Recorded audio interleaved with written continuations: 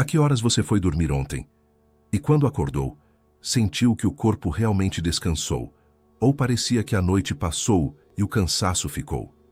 Se você tem mais de 50 anos e não sabe responder isso com certeza, existe uma informação que pode mudar a forma como você dorme a partir de hoje. E foi isso que a inteligência artificial Genoma encontrou quando cruzou dados de mais de 40 estudos sobre padrões de sono em populações acima dos 50, de países como Japão, Suécia, Brasil e Estados Unidos. O que apareceu nos dados é algo que médicos já suspeitavam. O horário em que você apaga a luz importa tanto quanto as horas que passa na cama. Pesquisadores da Universidade de Exeter, num estudo publicado em 2021 com mais de 88 mil participantes, identificaram o que chamaram de janela ideal de sono. Para a maioria das pessoas acima de 60 anos, essa janela fica entre 21 horas e 23 horas. Parece simples e é. O problema é que quase ninguém respeita essa faixa e isso cobra. O cérebro produz melatonina, que é o hormônio que avisa o corpo que chegou a hora dos reparos noturnos. Depois dos 50, a produção cai. Em algumas pessoas chega a cair pela metade. Quando alguém vai dormir à meia-noite ou mais tarde, o pico de melatonina já passou. O descanso até chega, mas vem raso, picado, e não dá para completar o trabalho pesado que acontece nas primeiras horas da noite, como fortalecer o sistema de defesa e limpar resíduos tóxicos que se acumulam no cérebro ao longo do dia. O Jorge, 72 anos, vivia nesse ciclo. Televisão ligada até 1 da manhã, café depois do jantar para aguentar o filme, e de manhã aquela sensação de que dormiu e não dormiu. Cãibras nas pernas, cochilos no sofá depois do almoço. A pressão vivia oscilando e ele achava que era tudo da idade. Até que o médico fez uma pergunta que ele não esperava. Jorge, a que horas você vai dormir? Não pediu exame novo, não trocou remédio, pediu só uma coisa: luzes apagadas às 22 horas por 2 semanas. O Jorge achou graça, quer dizer, achou que era pouco demais para fazer diferença. Mas topou porque, no fundo, já estava cansado de estar cansado. Depois de 7 dias, os cochilos da tarde sumiram. As cãibras levaram mais uns 3 dias e pararam também. A pressão que vivia num sobe e desce começou a se acomodar, e ele não mudou remédio nenhum, não fez dieta, não entrou na academia, mudou o horário do travesseiro. Só que a história do Jorge tem um detalhe que ele só descobriu depois, e que tem a ver com o que acontecia no quarto dele enquanto ele tentava dormir. Isso muda bastante o que a gente acha que sabe sobre dormir bem.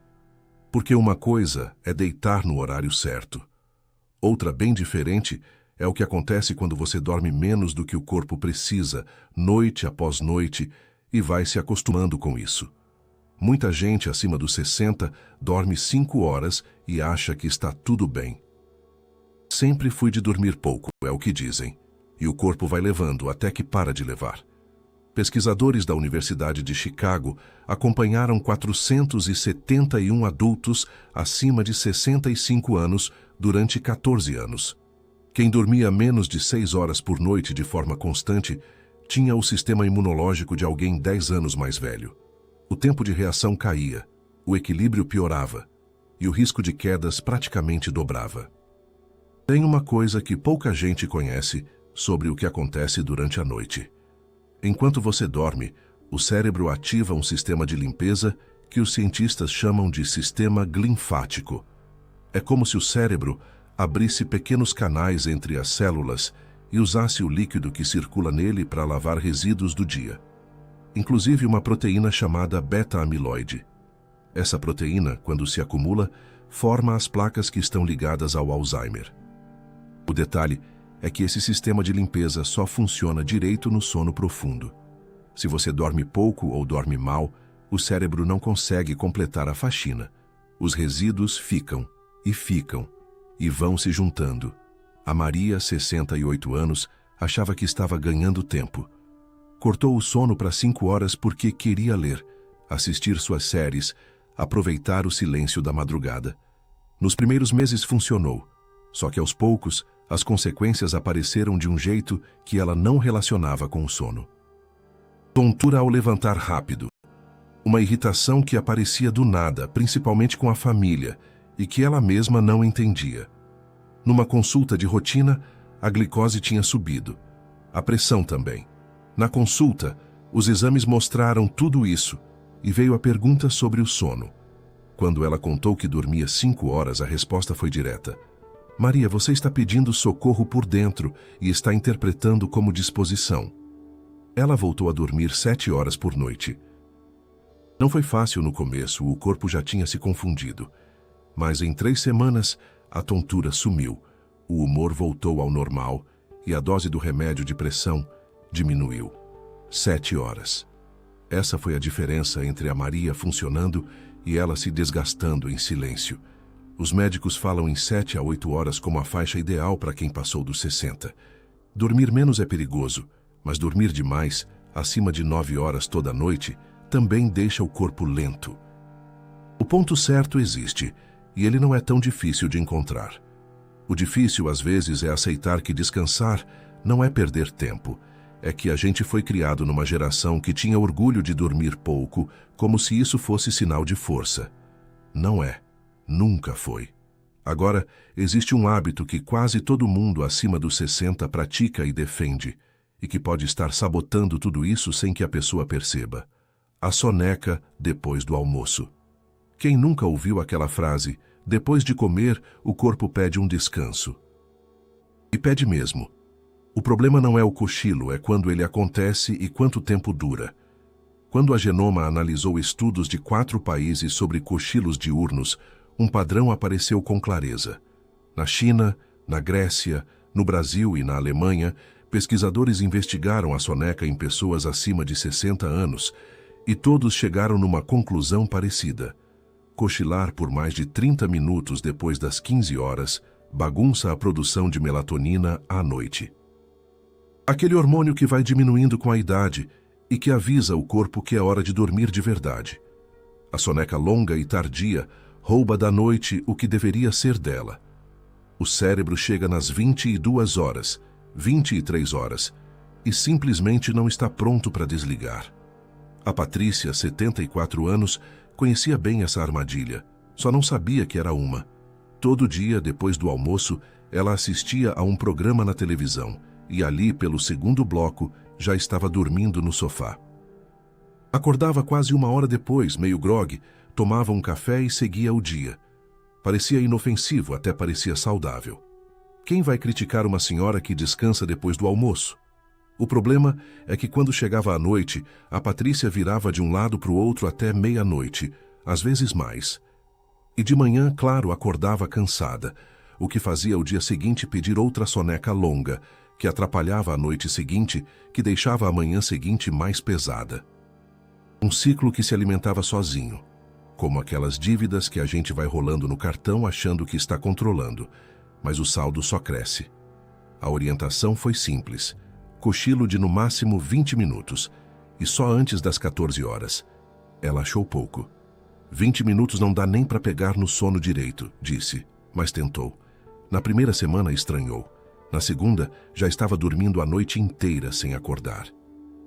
O café da tarde virou opcional. O humor melhorou.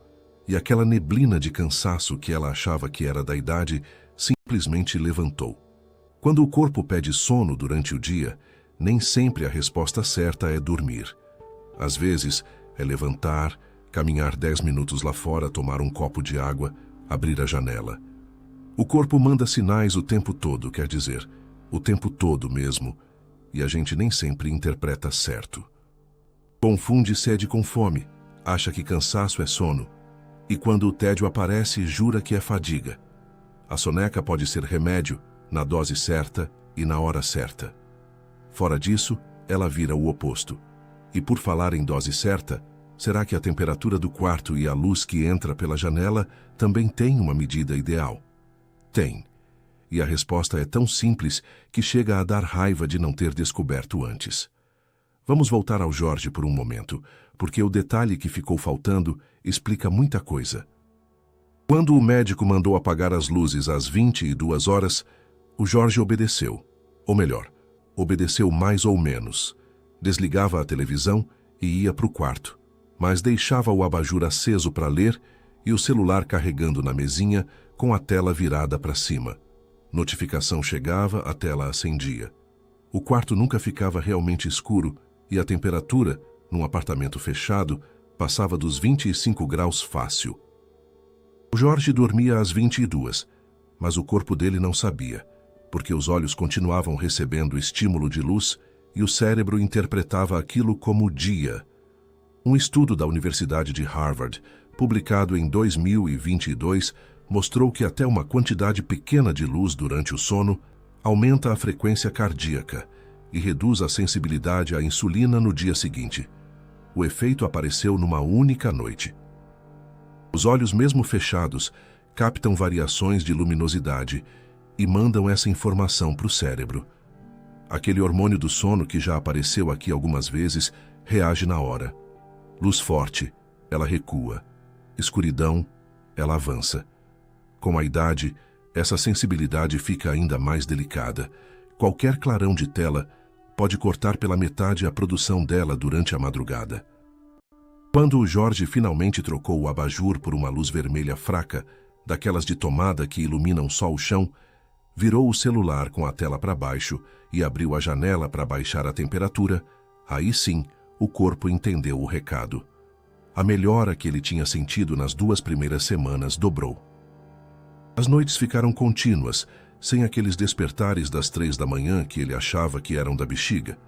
Aliás, quem nunca botou a culpa na bexiga por acordar de madrugada quando o problema era o quarto quente demais?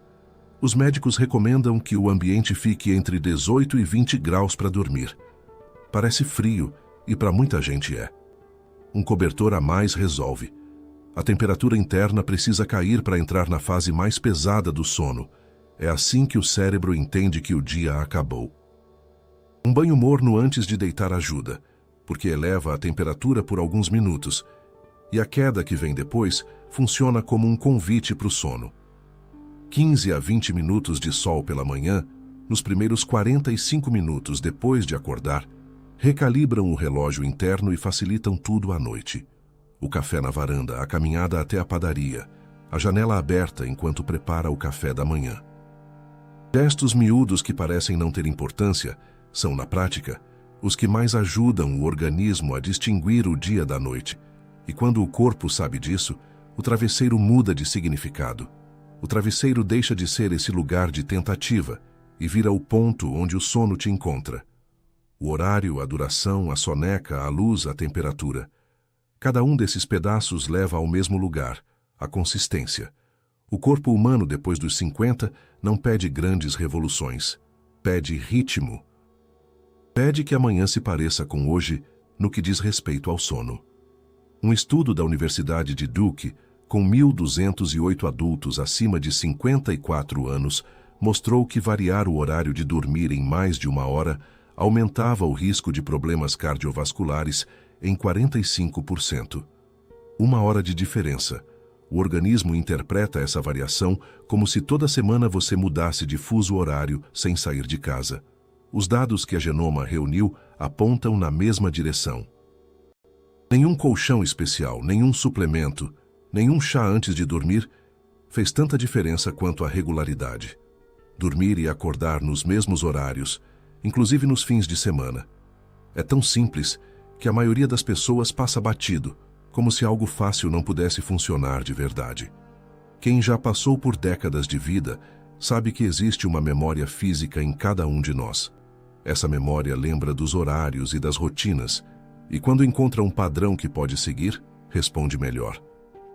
Os antigos falavam que deitar e levantar com as galinhas era segredo de saúde. Não tinham os dados, não tinham os estudos, mas tinham razão.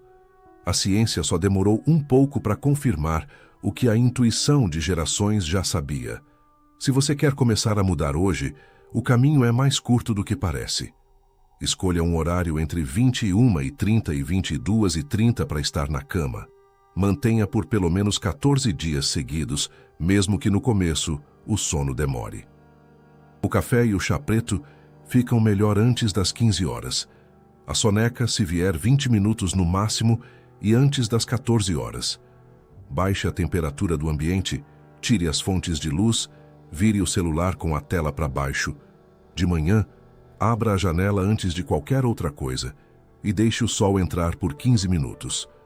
Nenhuma dessas mudanças custa dinheiro e receita médica também não precisa, ou melhor, uma coisa exige sim, que é a decisão de levar o próprio descanso a sério. E cada corpo é diferente, então o seu médico continua sendo a pessoa certa para ajustar o que for preciso. O Jorge fez exatamente isso. Não gastou um centavo a mais, nenhum travesseiro especial, nenhum aplicativo de meditação. Ajustou o horário, cuidou do lugar onde dormia e respeitou o que o corpo pedia. O corpo dele sempre soube a hora certa. Ele só precisou parar de atrapalhar. Hoje à noite, quando a luz do dia for embora e aquele peso leve nos olhos aparecer, você vai lembrar de tudo isso. A informação chegou e ela muda o jogo. O corpo está pedindo e dessa vez vale a pena ouvir. Se você gostou dessa investigação, a sua inscrição no canal nos ajuda a expandir o projeto Genoma. Adoraríamos ler a sua reflexão sobre as mudanças que você deseja fazer em sua vida nos comentários e sugira qual próximo tópico sobre saúde devemos esclarecer. Nos conte de qual cidade você nos acompanha. Agradeço sua companhia até aqui.